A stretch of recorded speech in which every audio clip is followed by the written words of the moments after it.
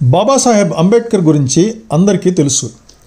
కానీ శారదా కృష్ణారావు కబీర్ గురించి ఎక్కువ మందికి తెలియకపోవచ్చు. శారదా గారు బాబాసాహెబ్ రెండవ భార్య. ఆవిడని సవితా అంబేద్కర్ అని, మాయి లేక మాయి సాహెబ్ అని కూడా పిలుస్తారు. ఆవిడతో బాబాసాహెబ్ పరిచయం ఎలా జరిగింది, అది ఇష్టంగా ఎలా మారింది, ఆవిడ కంటే బాబాసాహెబ్ 21 సంవత్సరాల వయసులో పెద్ద అయినప్పటికీ ఆమె ఆయనను ఎందుకు పెళ్లి చేసుకున్నారు అనే వివరాలు ఎక్కువ మందికి తెలియకపోవచ్చు. ఆ వివరాలు తెలియజేయాలని చేసిన ప్రయత్నమే ఈ video. Welcome back to my channel.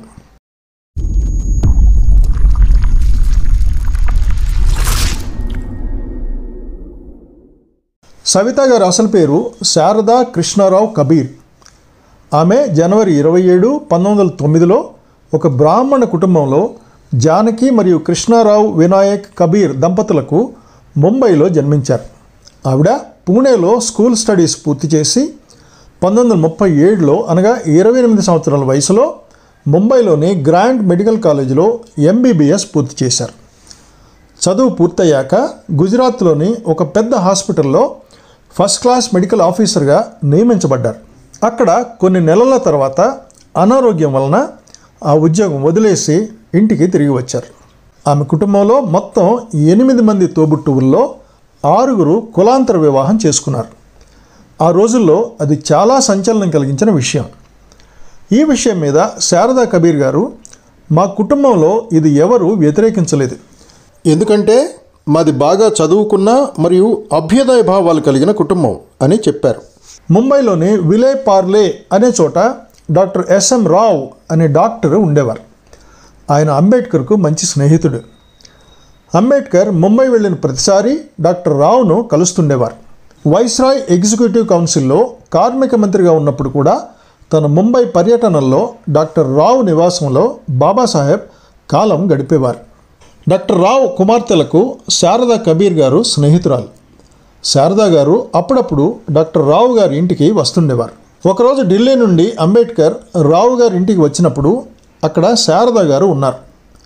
Doctor రావు గారు ఇద్దరిని ఒకరికి ఒకరు పరిచయం చేశారు. శారదా గురించి డాక్టర్ రావు, ఈమె నా కూతుళ్ళ స్నేహితురాలు, చాలా తెలివైనది, MBBS చదివిన డాక్టర్, డాక్టర్ మాల్వంకర్కు సహాయకురాలిగా పనిచేస్తుంది అని అంబేద్కర్కి చెప్పారు. అప్పటికి అంబేద్కర్ గురించి శారదా గారికి పెద్దగా తెలియదు. వైస్రాయ్ కౌన్సిల్లో ఒక సభ్యుడిగా మాత్రమే తెలుసు. తొలి పరిచయంలోనే ఆమె బాబాసాహెబ్ను ఒక అద్వితీయ మేధావిగా గుర్తించారు. ఆ తొలి పరిచయంలోనే వారిరువురు చాలా విషయాలు చర్చించుకున్నారు. ప్రత్యేకంగా బుద్ధిజం గురించి ఇరువురు చర్చించుకున్నారు. అప్పటికే మహిళల అభ్యున్నతికి సంబంధించిన పలు కార్యక్రమాల్లో శారదా గారు కృషి చేస్తున్నారు. అందుకై అంబేద్కర్ ఆవిడని అభినందించారు. ఆవిడ వ్యక్తిత్వానికి అంబేద్కర్ ముగ్ధుడయ్యారు. అంబేద్కర్తో తన తొలి పరిచయం గురించి శారదా గారు తన ఆత్మకథలో ఇలా రాసుకున్నారు. డాక్టర్ అంబేద్కర్ వ్యక్తిత్వం మనోజ్ఞంగా ఉంటుంది. విశాలమైన నుదురు, మెరిసే కళ్ళు, తీక్షణమైన చూపు, ఆధునికమైన చక్కని దుస్తులు, ప్రకాశవంతమైన మేధస్సుతో ఆయన అసాధారణ ఉనికి ఒక్కసారిగా అనుభూతులకి వస్తుంది. డాక్టర్ అంబేద్కర్ను జర్మన్ ప్రిన్స్ అని విదేశీయులు ఎందుకు పిలుస్తారో ఎవరికైనా ఇట్టే అర్థమవుతుంది. ఆయన మనోజ్ఞమైన వ్యక్తిత్వం, అసాధారణమైన మేధా సామర్థ్యం చూపే ప్రభావం ఎవరికైనా తెలిసిపోతుంది అని రాసుకున్నారు. వారి రెండవ పరిచయం డాక్టర్ మాల్వంకర్ గారి క్లినిక్లో జరిగింది. అప్పటికే అంబేద్కర్ డయాబెటీస్, బ్లడ్ ప్రెషర్ మరియు జాయింట్ పెయిన్స్తో బాధపడుతూ ఉండేవారు. వీటి వల్ల సరిగా నిద్రపోయేవారు కాదు. డాక్టర్ మాల్వంకర్ దగ్గర శారదా గారు సహాయకురాలిగా పనిచేసేవారు.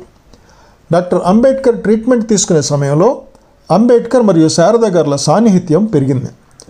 తన ఆత్మకథలో శారదా గారు సమాజంలో అణగారిన వర్గాల వారికి సమానత్వం, న్యాయం కోసం గళమెత్తుతున్న అంబేద్కర్ ఎప్పుడూ తన ఆరోగ్యం గురించి పట్టించుకోలేదు అని రాశారు. ఇప్పట్లోలాగా అప్పుడు ఫోన్లు ఉండేవి కాదు, ఏదైనా లెటర్లు రాసుకోవడమే. ఆ రెండవ పరిచయం తర్వాత ఇద్దరు లేఖలు రాసుకునేవారు. వారి లేఖల్లో సాహిత్యం, సమాజం, మతం గురించిన చాలా విషయాలు ఉండేవి. వారు కలిసినప్పుడు శారదా గారు మాట్లాడుతుంటే అంబేద్కర్ మధ్యలో అడ్డు చెప్పకుండా చాలా శ్రద్ధగా వినేవారు. అప్పటికే అనారోగ్యంతో 1935లో బాబాసాహెబ్ మొదటి భార్య రమాబాయి మరణించారు. 1947లో అంబేద్కర్ క్షీణిస్తున్న తన ఆరోగ్యం గురించి కలత చెందారు. తన ఆరోగ్యం గురించి శ్రద్ధ తీసుకునేందుకు ఒక మనిషి కావాలని అనుకున్నారు. అందుగాను ఒక నర్సుని నియమించుకోవచ్చు, కానీ దాని మీద చెడు ప్రచారం జరిగే అవకాశం ఉండటం వల్ల పెళ్లి చేసుకోవడమే సరైన మార్గం అని అనుకున్నారు. మొదటి భార్య చనిపోయాక మళ్ళీ పెళ్లి చేసుకోకూడదని నిర్ణయించుకున్నప్పటికీ తన అనారోగ్యం దృష్ట్యా తన నిర్ణయం మార్చుకున్నారు. 1947 డిసెంబర్లో ఒకరోజు అంబేద్కర్ ముంబై వచ్చినప్పుడు డాక్టర్ మాల్వాంకర్ క్లినిక్ను సందర్శించారు. డాక్టర్ చెకప్ పూర్తయ్యాక ఆయన దాదర్లోని తన నివాసం రాజగృహకు వెళ్లాల్సి ఉంది. శారదా గారు కూడా దాదర్లోని పోర్చుగీస్ చర్చి ఎదురుగా నివసించేవారు. దారిలో ఆమెను ఇంటి దగ్గర దింపుతానని అంబేద్కర్ చెప్పారు. అదే రోజు శారదా గారితో బాబాసాహెబ్ ఇలా ప్రపోజ్ చేశారు. నాతో పాటు ఒక సహచరుని తీసుకురావాలని నా ప్రజలు, నా సహచరులు నాకు చెప్తూ ఉంటారు. కానీ నాకు నచ్చే, నాతో పొసగే మహిళ దొరకటం కష్టం. నా ప్రజల కోసం నేను ఇంకా కొంతకాలం బతకాలి కాబట్టి నన్ను చూసుకునే మనిషి ఒకరు నాకు అవసరం. నాకు సరైన జోడీ కోసం నా అన్వేషణను నీతో మొదలు పెట్టాలని అనుకుంటున్నాను అని అన్నారు. శారదా గారు తొలుత ఆశ్చర్యపోయారు. వెంటనే ఏమీ మాట్లాడలేదు. కాస్త సమయం తీసుకుని ఏ నిర్ణయమైనా తీసుకోమని ఆమెకు చెప్పి అంబేద్కర్ ఢిల్లీ తిరిగి వెళ్ళిపోయారు. జనవరి 25, 1948 బాబాసాహెబ్ శారదా గారికి ఇలా లేఖ రాశారు. నేను ఒక జీవిత భాగస్వామి కోసం నా అన్వేషణను నీతో మొదలు పెడుతున్నాను. ఈ ప్రతిపాదన నీకు అంగీకారం అయితేనే సుమా. దీని గురించి ఆలోచించదలుచుకుంటే నాకు తెలియజేయి అని వ్రాశారు. అదే లేఖలో తమ ఇద్దరి మధ్య ఉన్న వయోభేదాన్ని, దెబ్బతిన్న తన ఆరోగ్యాన్ని దృష్టిలో పెట్టుకుని తన ప్రతిపాదనను తిరస్కరించినా తను చింతించనని ఆయన రాశారు. శారదా గారు గాభరా పడ్డారు. ఆమె ఈ విషయమై డాక్టర్ మాల్వాంకర్ని సంప్రదించారు. అంబేద్కర్ పట్టుపట్టలేదు కాబట్టి నువ్వు ఆలోచించడానికి అవసరమైనంత సమయం తీసుకుని ఆ తర్వాత నిర్ణయం తీసుకోవచ్చు అని ఆయన చెప్పారు. అప్పుడు ఆమె అంబేద్కర్ ప్రతిపాదన గురించి తన అన్నకు చెప్పారు. అంటే నువ్వు ఇండియాకి మిసెస్ లా మినిస్టరు అవుతావన్నమాట, తిరస్కరించవద్దు, ముందడుగు వెయ్యి అని నవ్వుతూ ఆయన చెప్పారు. ఆ మాట శారదా గారికి కొంత ధీమానివ్వటంతో అంబేద్కర్కు సానుకూలంగా జవాబిచ్చారు. 1948 జనవరి చివరి వారంలో ఆ లేఖ అంబేద్కర్కు చేరింది. అదే వారంలో అంబేద్కర్ ఓ బంగారు నెక్లెస్ను శారదా గారికి పంపించారు.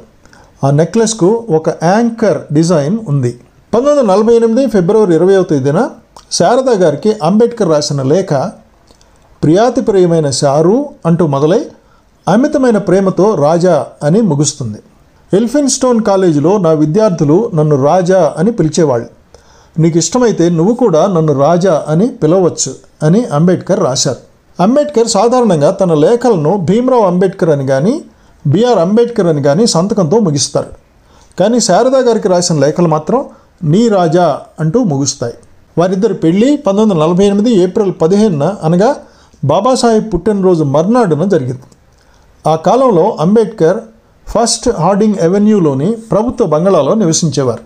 అప్పటికి ఉపఖండం రక్తసిక్త విభజనతో, ఆ పైన మహాత్మాగాంధీ హత్యతో దేశం గందరగోళంగా ఉంది. కాబట్టి పెళ్లి కార్యక్రమం సాదాసీదాగా ఉండాలని, అధిక ప్రచారం ఉండరాదని అంబేద్కర్ కోరుకున్నారు. అలా వారు రిజిస్టర్ మ్యారేజ్ చేసుకున్నారు. కేవలం కొద్ది మందిని మాత్రమే ఆహ్వానించారు. అదే రోజు సాయంత్రం రిసెప్షన్ని నిర్వహించారు. పూర్వపు భారత గవర్నర్ జనరల్ లార్డ్ మౌంట్ బాటన్ ప్రత్యేక ప్రతినిధి కూడా ఆ కార్యక్రమానికి హాజరయ్యారు. పెళ్లి అయ్యాక శారదా గారు సవితా అంబేద్కర్గా పేరు మార్చుకున్నారు. బాబాసాహెబ్ అనుచరులు ఆమెని మాయి లేక మాయి సాహెబ్ అంటే మరాఠీలో అమ్మ అని పిలిచేవారు. అంబేద్కర్ మరియు సవితా అంబేద్కర్లు సర్దార్ పటేల్ను ఆయన నివాసంలో కలిసి ఆశీర్వాదం తీసుకున్నారు. పటేల్ అప్పుడు గుండె జబ్బుతో బాధపడుతున్నారు. మంచం మీద కదలలేని స్థితిలోనే ఆయన ఈ కొత్త దంపతులకు శుభాకాంక్షలు చెప్పారు. పెళ్లి రోజును ఏప్రిల్ 15నే ఎందుకు ఎంపిక చేసుకున్నారో తన ఆత్మకథలో సవితా అంబేద్కర్ ఇలా రాసుకున్నారు. ఏప్రిల్ 14 డాక్టర్ అంబేద్కర్ పుట్టినరోజు.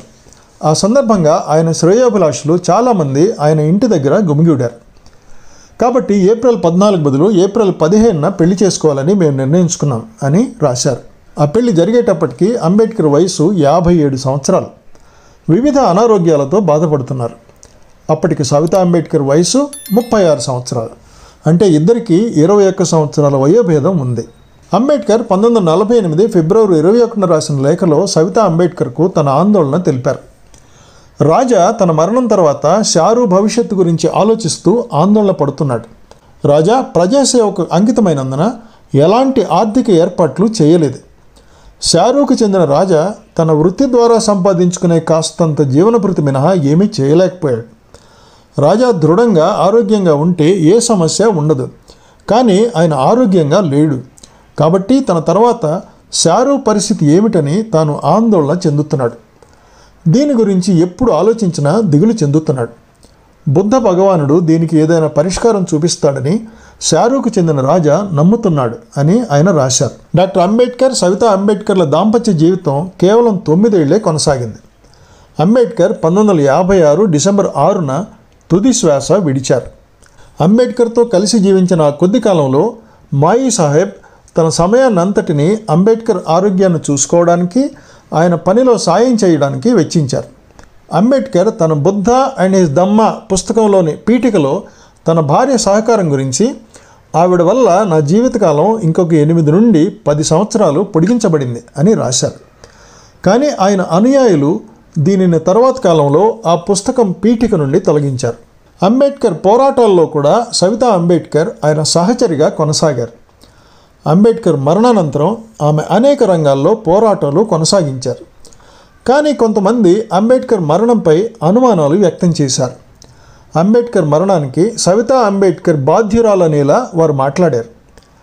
అప్పటి ప్రధానమంత్రి జవహర్లాల్ నెహ్రూ దీనిపై ఒక కమిటీని కూడా వేశారు. ఆ కమిటీ విచారణ జరిపి ఆవిడపై ఉన్న నిందలు నిరాధారమే అని రిపోర్టు ఇచ్చారు. ఆ తర్వాత సవితా అంబేద్కర్ను కాంగ్రెస్ పార్టీ తరఫున రాజ్యసభ సభ్యురాలిగా చేయడానికి నెహ్రూ, ఇందిరాగాంధీ మరియు సర్వేపల్లి రాధాకృష్ణన్ 3 సార్లు ప్రయత్నించారు. కానీ తన భర్త ఆదర్శాలకు అది విరుద్ధమని సవితా అంబేద్కర్ సున్నితంగా తిరస్కరించారు.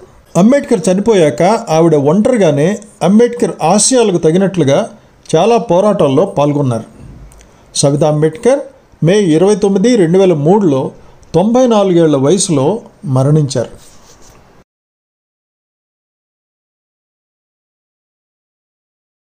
ఇది మహోన్నతమైన వ్యక్తిత్వాలున్న 2 వ్యక్తుల ప్రేమ మరియు పెళ్లి కథ.